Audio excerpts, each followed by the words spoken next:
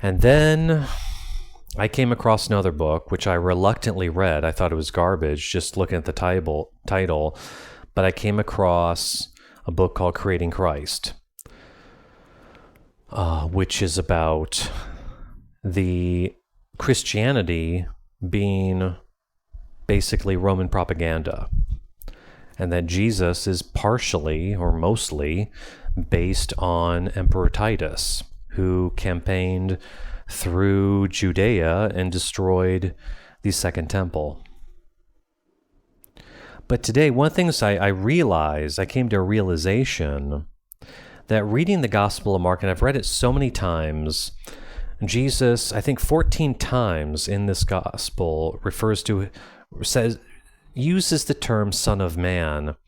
And reading it, of course, it's in all the Gospels, all four Son of Man. I've always believed that Jesus is talking about himself. What I've realized is that he uses Son of Man as himself in the Gospel of John. But specifically in the Gospel of Mark, Jesus is not talking about himself. In the Gospel of Mark, Jesus is talking about another celestial figure, who would be the original Gnostic or Jewish mystical primordial Adam, the androgynous man, the cosmic man. But also in chapter 13, when Jesus talks about the Son of Man coming, he's actually talking about Titus, because it was Emperor Titus who fulfilled the prophecy in the Gospel of Mark, which would be within a lifetime, within 40 years, people will see the destruction of the temple and the destruction of Judea, or Jerusalem, that is. So, because the thing is, Christians are awaiting the coming parousia, or parousia, I don't know how to say it, it's a Greek word, the coming apocalypse. They're waiting for it to come, but actually in the Gospel of Mark, it has already happened. But in the original Gnostic, the Gnostics were, well, at least Simonians, and most of them were apocalypticists. They believed that the world would end and everything material would end, and there would just be a spiritual world. And of course, Jesus, or the cosmic Adam, the cosmic Jesus, would come down. So what the Proto-Orthodox Church did, what the Roman propagandists, the Roman elite did, is they mixed a couple different elements. So in the Gospel of Mark, Jesus, or Titus, Jesus fulfills the prophecy that Jesus says. But the problem is that in the other Gnostic writings that the Proto-Orthodox Church used, there's a coming parousia, there's a coming apocalypse, where everything worldly is going to go disappear, something like that. And so it's really, having studied this, I've studied this for many years now, about 3 years. I've been here in Bali for 4 years. I started this 3 years ago. The more I study the New Testament, the more I realize that there are many, many layers to this, and it just doesn't end. People seem to think that there's a specific, the story of Jesus and his followers, that's all made up.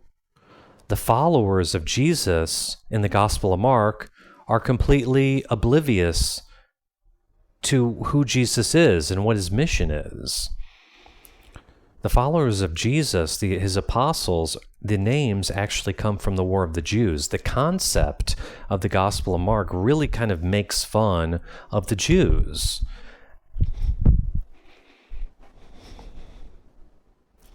So I've thought about, doing my own research and coming out with a book, and I've decided not to, because it's so complicated. Even just speaking right now, talking about the Son of Man and how there are different levels of the Son of Man. Like Christians are waiting for Jesus to come back, but that's actually kind of the Gnostic concept. The original, concept, Titus's campaign actually fulfills the prophecy. So it's like we have two different levels here. And that's how this Christianity thing is. There are so many levels, and there are really two forces. You have this Gnostic base, but also you have this Roman propaganda. Of course, the Romans created this whole thing. And then I suspect that, 100 years later, in the 200s, when this was starting to build as a religion, that things had to be smoothed out. So that's why there are 4 Gospels instead of 1. I think that's the big mistake. I mean, the Roman, I guess the Proto-Orthodox Church didn't leave us with much.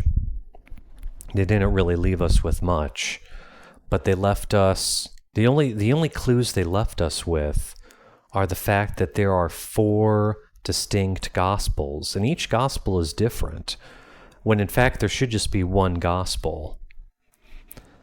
I think if there were just one Gospel, such as the Gospel of John, which Church Father Irenaeus says is I forgot the word he uses, but it's like the compass or the way to view the other Gospels.